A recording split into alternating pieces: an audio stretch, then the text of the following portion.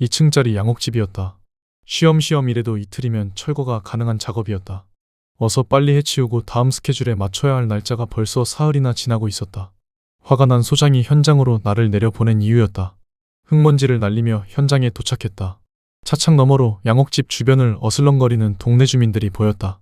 후줄근한 작업복 차림의 노인네들이 대부분이었다. 아무리 어리다 해도 50대 중후반 아래는 없는 것 같았다. 시동을 끄고 나서 심호흡을 크게 했다. 일단 우리 쪽 인부들은 보이지 않았다. 인부들을 통솔해야 할 김씨도 현장에 없었다.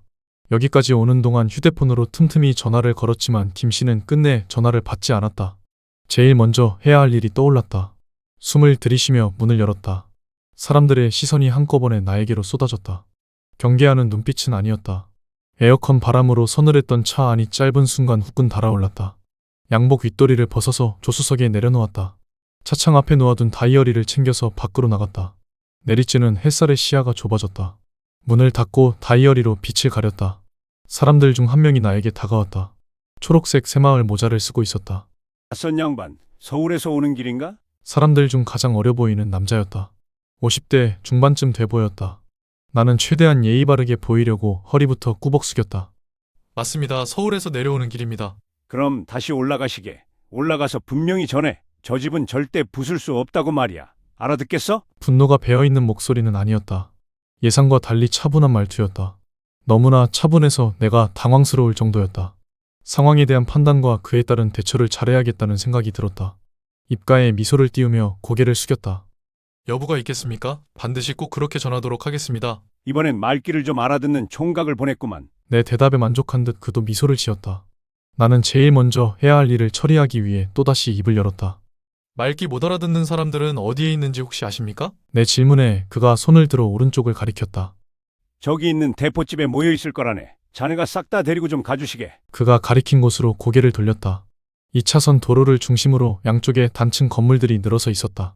전부 다 이번 신도시 건설공사로 인해 곧 철거될 건물들이었다. 그에게 인사를 건넨 뒤 대포집을 향해 걸음을 옮겼다. 철거될 거라는 공지사항이 전달되었음에도 불구하고 건물엔 아직도 사람들이 있었다. 주거지역은 아니고 장사를 하는 가게 밀집 지역이었다. 철물점 가게부터 휴대폰을 파는 가게까지 구색은 다 갖추어져 있었다. 붉은색으로 장식되어 있는 중화요리집 앞을 지나가고 있었다. 가게 안에서 나를 쏘아보는 사람들의 시선이 느껴졌다. 낯선 외지인의 등장에 신경이 날카로워진 모양이라고 애써 정당화시켰다. 내가 자신들의 터전을 없애버릴 건축회사의 직원이라는 걸 아직 눈치채지 못했을 거라고 믿고 싶었다. 중화요리집 옆에 있는 구멍가게를 지나가는데 휴대폰 벨소리가 들려왔다. 문을 활짝 열어놓은 구멍가게 안에서 들려온 소리였다. 플라스틱 의자에 앉아 부채질을 하던 노인이 전화를 받았다. 나를 보고 있던 시선이 날카롭게 변했다. 무슨 얘기가 오갔는지 안 들어도 알 것만 같았다. 대포집까지 빠르게 걸어갔다. 무더운 날씨에 그곳도 문을 열어놓고 있었다. 가게 가운데에 떡하니 자리를 잡고 앉아 낮술을 마시고 있는 무리가 눈에 띄었다. 인기척을 느꼈는지 세 남자가 동시에 고개를 돌렸다. 셋 중 낯빛이 가장 새까만 김씨가 손을 지켜들었다. 나머지 두 명은 작업에 참여할 인부들인 모양이었다. 자네가 여긴 웬일인가? 말하고 나서 그가 큰 소리로 웃었다. 저 뻔뻔함도 내가 이곳에 오게 된 이유 중 하나였다. 웬일은요? 올만하니까 왔죠. 안으로 들어가면서 나는 전화를 왜 안 받았던 것인지 그에게 물었다. 뻔뻔한 김씨가 대답을 하는 대신 휴대폰을 집어들었다. 전원이 꺼져 있는 상태였다. 어이가 없어서 피식 웃고 말았다. 배터리가 다 돼서 전화를 못 받았어. 그의 말을 들으며 자리에 앉았다. 나머지 두 명이 경계하듯 나를 쏘아보았다. 기왕에 온 거니까 서로 인사는 나눠야지. 그가 술잔을 건네주었다. 무더운 날씨에 마침 목이 타기도 했다. 김씨가 맥주병을 집어들었다. 여긴 자네들의 일당을 책임지고 있는 서울 본사에서 내려온 친구라네. 술잔 밖으로 흘러넘친 거품을 얼른 홀짝였다. 두 명의 시선과 마주치지 않으려고 일부러 술잔에 집중했다. 여기 두 친구는 둘 중 덩치가 큰 쪽이 헛기침을 했다. 김씨가 입을 다물었다. 우린 이 동네 토박이들이요. 나이는 얼추 나와 비슷하거나 많아봐야 서너 살 위인 것 같지만 풍기는 분위기나 말투는 전혀 그렇지 않았다. 나는 그러냐며 고개를 까딱 숙였다가 올렸다. 나나 이 친구야 이래서 돈만 받으면 그만이요. 하지만 이곳 주민들은 우리와 생각이 달라. 갑자기 말을 놓는 바람에 가슴이 덜컥 내려앉았다. 오면서 분위기를 봤겠지만 이곳 주민들은 신도시니 뭐니 그런 걸로 여기가 헐린다는 걸 달가워하지 않는 상황이라고. 알아듣겠수? 나는 고개를 끄덕일 따름이었다. 김 씨는 얼굴을 일그러뜨린 채 가만히 듣고 있기만 했다. 입 닥치고 가만히 있어봐. 덩치 옆에 있는 작은 친구가 빠르게 입을 놀렸다. 튀어나온 입이 꼭 새의 부리처럼 생긴 친구였다. 어렸을 때 저런 친구를 부르던 별명이 떠올랐다. 촉새였다. 나이 먹은 촉새가 앞으로 상체를 숙였다. 단도직입적으로 말해서 언제 부술 겁니까? 빨리 작업에 들어가야 우리도 일당을 받든지 말든지 할 거 아닙니까? 마침 나도 그 얘기를 하고 싶었다. 도대체 작업이 지연된 이유가 무엇인지 알아야 했다. 저희야말로 답답한 상황입니다. 작업이 중단된 이유가 도대체 뭡니까? 세 명한테 동시에 질문을 던졌다. 김 씨가 대표로 대답을 하려는 듯 몸을 움찔하는데 주방에서 쌍시옷자 들어간 욕이 터져 나왔다. 휴대폰 벨소리가 들리고 나서니까 대충 어떤 상황인지 짐작되었다. 서울에서 누군가가 내려왔다는 소문이 휴대폰으로 퍼져 나갔을 터였다. 니미럴, 서울에서 왔단 말이지. 욕이 들려오는 주방을 흗깃거렸다. 상당히 신경 쓰이게 만드는 목소리였다. 잘 됐네. 오늘 그 쥐새끼를 내 손으로 아주 요절내버리겠어. 말하며 아줌마가 주방에서 나왔다. 3등신 몸매의 나보다 더 커 보이는 주먹을 들이밀며 내 앞으로 다가왔다. 나는 김 씨 옆으로 얼른 몸을 피했다. 가만히 있다간 정말로 한 대 얻어맞을 것 같았다. 어이 아줌씨, 진정 좀 하슈. 김 씨가 자리에서 일어났다. 현장에서 노동으로 다져진 근육이 믿음직스러웠다. 슬그머니 나도 일어나 그의 등 뒤로 걸음을 옮겼다. 아줌마의 시선이 나를 꿰뚫어버릴 듯 강렬하게 빛이 났다. 맥주 한 잔이 간절해질 정도로 목이 타는 순간이었다. 비켜. 저놈의 쥐새끼를 작살내버릴라니까. 막상 가까이 다가온 아줌마를 보니까 여자에 불과했다. 아무리 산전수전 다 겪은 몸이라 할지라도 남자에 비하면 작고 여린 체구였다. 김 씨의 등 뒤에서 옆으로 한 발짝 움직였다. 넥타이가 목을 옥죄는 것 같았다. 저도 월급 받고 하는 일이라 어쩔 수 없다는 점을 이해해 주셨으면 합니다. 나는 허리를 숙였다. 오늘 참 많이도 굽실거리는구나 싶었다. 혹시 보상금이 부족하시다면 적법한 법적 절차를 통해서 항의를 해주셔야. 적법한 법적 절차? 아줌마가 목소리를 높였다. 얼굴이 빨갛게 달아올랐다. 촌에 산다고 우리가 모를 줄 아나? 의자를 옆으로 치운 뒤 아줌마가 한 발짝 앞으로 다가왔다. 나와 김 씨는 뒤로 두 발짝 물러났다. 내내 앉아있던 덩치와 촉새도 자리에서 일어나 아줌마와 거리를 두었다. 물론 우리보다는 훨씬 여유있는 몸짓이었다. 개발이네 뭐네. 지랄하면서 이곳에 그럴듯한 건물을 지은 다음 땅값을 올리려는 속셈이라는 거 우리도 다 안다. 우리가 아무리 발버둥 쳐봤자 결국 쫓겨날 거라는 것도 다 안단 말이다. 안다니 다행이구만. 다른 사람들한테도 아줌마가 안다는 그 사실을 좀 알려주쇼. 노인네들이 젠장, 저주 운운하면서 비켜설 생각들을 안 해. 김 씨가 목소리를 높였다. 작업 중에도 웬만해선 화를 내지 않는 성격이었다. 이 바닥에서 잔뼈가 굵은 사람치곤 성격이 조용한 편이었다. 술버릇도 없어서 인부들 사이에선 평판이 좋았다. 문제는 사람이 좋다 보니까 이런 상황에 대한 대처가 미흡하다는 점이었다. 소장의 신뢰를 잃게 된 계기도 바로 이와 비슷한 일들 때문이었다. 회사 입장에선 김 씨를 뻔뻔하다고 여길 수밖에 없었다. 나는 그런 회사를 대표해서 이곳에 내려온 것이었다. 쫓겨날 때 쫓겨나더라도 지켜야 할 건 지켜야 하는 거야. 아줌마가 말하자 촉새가 걸쭉한 육두문자를 내뱉었다. 생김새로 치자면 옆에 있는 덩치가 더 어울릴 것 같은 말투였다. 그 무당년이 퍼뜨린 저주 얘기를 아직도 믿는 겁니까? 젠장, 정신 좀 차리세요. 세상에 저주니 뭐니 그런 게 어디 있다고 이러십니까 진짜. 촉새가 바닥에 있는 곡괭이를 집어들었다. 덩치도 도끼를 들어 어깨에 걸쳐맸다. 더 들을 것도 없습니다. 당장 나가서 해치워버리자고요. 촉새가 나를 보며 단호하게 말했다. 마치 이런 자기 자신을 꼭 봐달라는 느낌이었다. 이 자식들, 너희들이 그러면 안 되지. 저 집에 걸려있는 저주를 아는 너희들이 이런 짓을 하면 안 되지. 아줌마가 절규하듯 소리치며 덩치와 촉새를 붙잡았다. 하지만 힘껏 붙잡았다 한들 한 번 밀치면 나가떨어지게 마련이었다. 바닥에 쓰러진 아줌마를 뒤로 한 채 우리는 밖으로 나갔다. 건물에 있는 사람들이 전부 다 우리를 주시하고 있었다. 무시하려 해도 자꾸만 신경이 쓰였다. 괜히 흘깃흘깃 쳐다보지 마. 김 씨가 내 팔을 툭 치면서 말했다. 뒤통수에 꽂히는 시선들을 무시한 채 문제의 그 양옥집으로 걸어갔다. 그나저나 그 저주라는 건 또 뭡니까? 비밀 얘기라도 하듯 나는 목소리를 한껏 낮췄다. 옆에 있던 김 씨가 나를 쳐다보았다. 작업이 중단된 이유라네. 그 저주라는 게. 김 씨도 목소리를 낮춰 말했다. 뒤따라오는 덩치와 촉새를 신경 쓰는 눈치였다. 자세한 건 잘 모르겠는데 그 집에서 누군가가 안 좋은 일로 죽었다고 하더군. 집을 허물면 그 원한 때문에 마을에 안 좋은 일이 생길 거라고 무당이 떠들고 다니는 모양이야. 무당이 떠들고 다닌다는 얘기를 마을 사람들은 저주라고 믿는다는 것이었다. 21세기를 살면서도 저주 따위를 믿는 사람들이 있다니 참 한심한 노릇이었다. 고개를 저으며 차가 세워져 있는 곳으로 시선을 돌렸다. 내 차 옆으로 경찰차가 세워져 있었다. 제복 경찰관 2명이 마을 주민과 대치하고 있었다. 물러가라는 목소리와 이러시면 안 된다는 목소리가 허공에서 맞부딪혔다. 상황을 보아하니 경찰은 우리 편인 듯했다. 안심하며 걸어가는데 화려한 의상을 입고 있는 중년 여자가 눈에 띄었다. 전현이 여기가 어디라고 기어나오긴. 촉새가 곡괭이를 움켜쥐며 여자를 향해 시선을 던졌다. 물어보지 않아도 여자의 정체가 무엇인지 알 것 같았다. 양옥집에 저주가 내렸다고 말한 무당이었다. 먼발치에서 봐도 무당을 대하는 주민들의 태도가 남다른 것 같았다.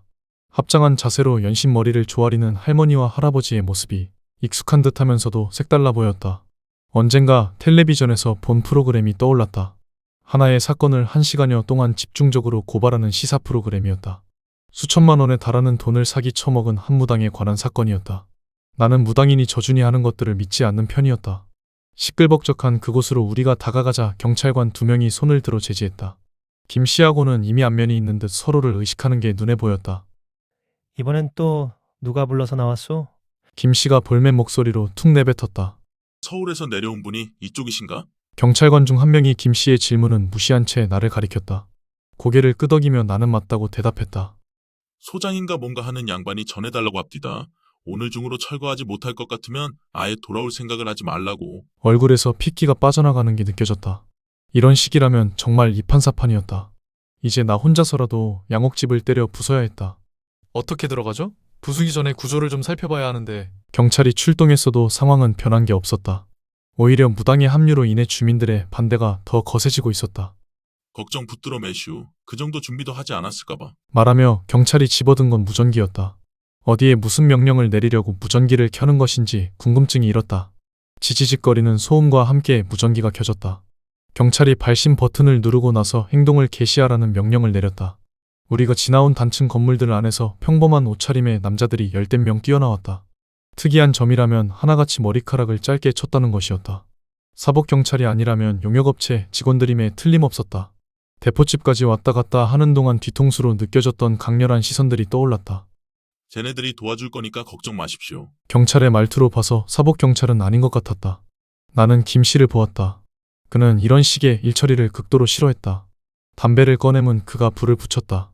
열댓 명의 장정이 나서자 상황은 싱거울 정도로 쉽게 정리되었다. 어려봐야 50대 중후반인 주민들과 혈기왕성한 그들의 싸움은 이미 승패가 나 있는 것이나 마찬가지였다. 매일 신을 영접한다는 무당도 결국엔 인간일 뿐이었다. 폭력으로 밀어붙이자 그녀도 두 손을 들고 말았다. 인간들의 싸움의 신은 아무런 소용이 없었다. 주민들은 각자 집으로 귀가 조치를 시키고 무당은 경찰차에 잡아놓았다. 만일의 사태에 대비하기 위해서 열댓 명의 장정들이 양옥집 주위를 둘러쌌다. 주민들의 접근을 철저하게 막은 다음에야 나는 안심이 되었다. 김 씨와 2명의 토박이를 데리고 안으로 들어가려고 할 때였다. 경찰차 뒷좌석에 앉아있던 무당이 비명을 질렀다. 차창을 닫아놓은 상태임에도 불구하고 날카로운 비명소리가 또렷이 들려왔다. 다른 사람들과 마찬가지로 나 역시 무당을 향해 시선을 돌렸다. 그녀가 우리를 노려보고 있었다.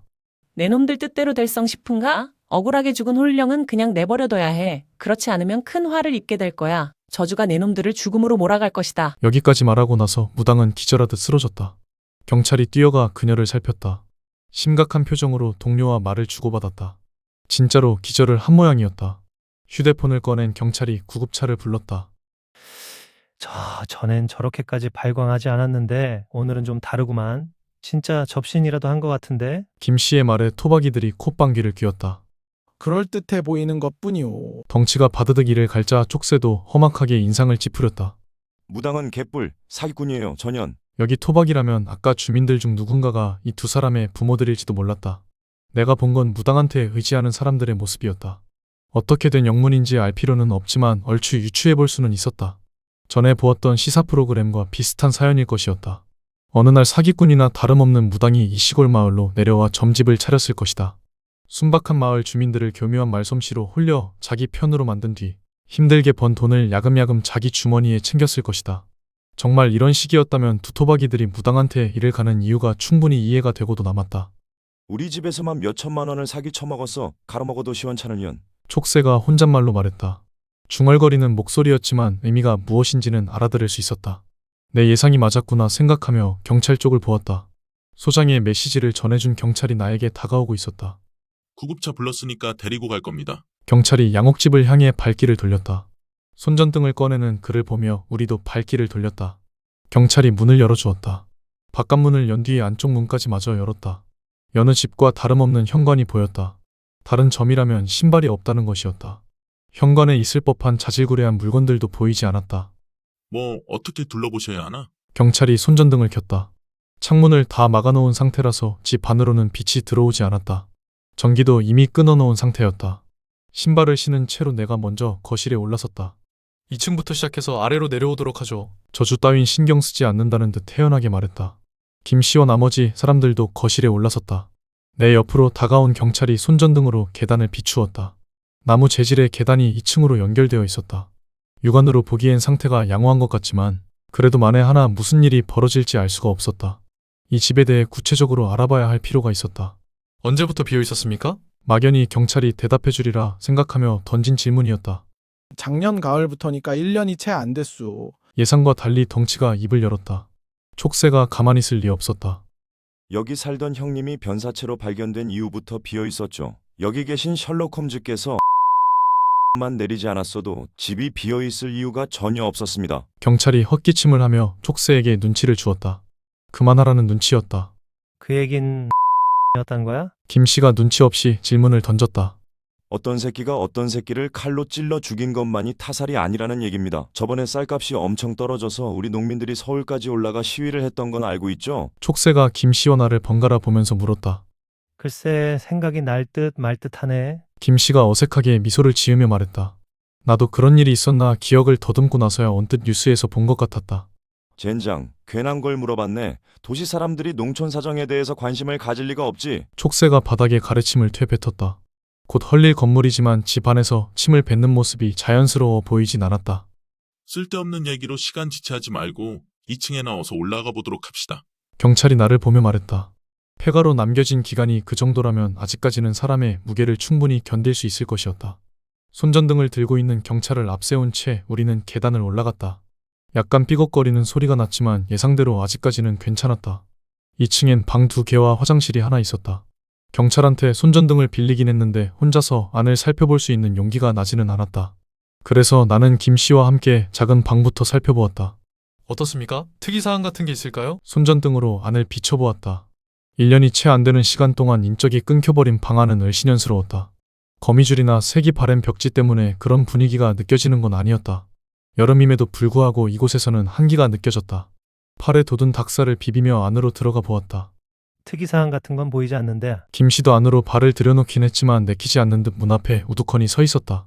거기에서 안으로 더 들어올 생각이 없는 것 같았다. 나도 더 이상 자세히 살펴보고 싶은 생각이 없었다. 어차피 여느 집과 다른 구조도 아닌 듯했다. 지금껏 해오던 대로 작업을 진행해도 상관없을 것 같았다. 대충 둘러본 뒤 김씨에게 나가자는 눈빛을 보냈다. 바로 여기였어요. 여기서 형님이 발견됐죠. 촉새가 안으로 들어오며 말했다. 한기가 느껴지는 이유를 알 듯 싶었다. 안방도 아니고 하필이면 왜 이곳에서 제초제를 마신 건지. 말을 맺지 못한 채 촉새가 한숨을 내쉬었다. 김씨가 주머니에서 담뱃갑을 꺼내더니 그에게 한 갭이 권했다. 속이 답답하고 상황이 여의치 않을 때는 담배만 한 게 없었다. 나도 한 갭이 받아서 입에 물었다. 불을 붙이는데 경찰이 들어왔다. 그 역시도 담배를 물고 있었다. 불 좀 빌립시다. 경찰이 라이터 켜는 손동작을 해보이며 말했다. 담배에 불을 붙인 내가 라이터를 건넨 순간이었다. 펑 소리를 내며 문이 닫혔다. 갑작스레 일어난 일에 모두 깜짝 놀랐다. 나는 불까지 붙인 담배를 한 모금 빨아보지도 못한 채 바닥에 떨어뜨렸다. 입을 다문 채 우리 모두 서로의 눈치만 살폈다. 엄청 긴 듯한 10여 초가 지나갔다. 방 안에 침묵을 깬 건 밖에 혼자 남겨진 덩치였다. 문을 두드리는 바람에 우리 모두 그곳으로 고개를 돌렸다. 거기 안에 괜찮은 거야? 어이 누가 대답 좀 해보슈. 촉새가 뛰어가 문고리를 잡아 돌렸다.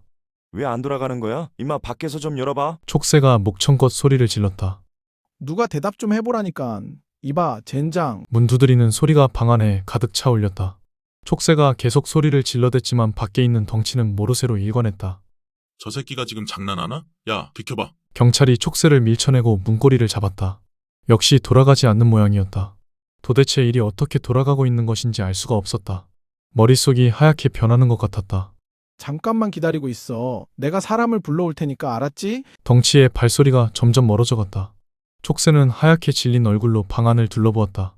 경찰은 포기하지 않고 문고리를 계속 돌렸다.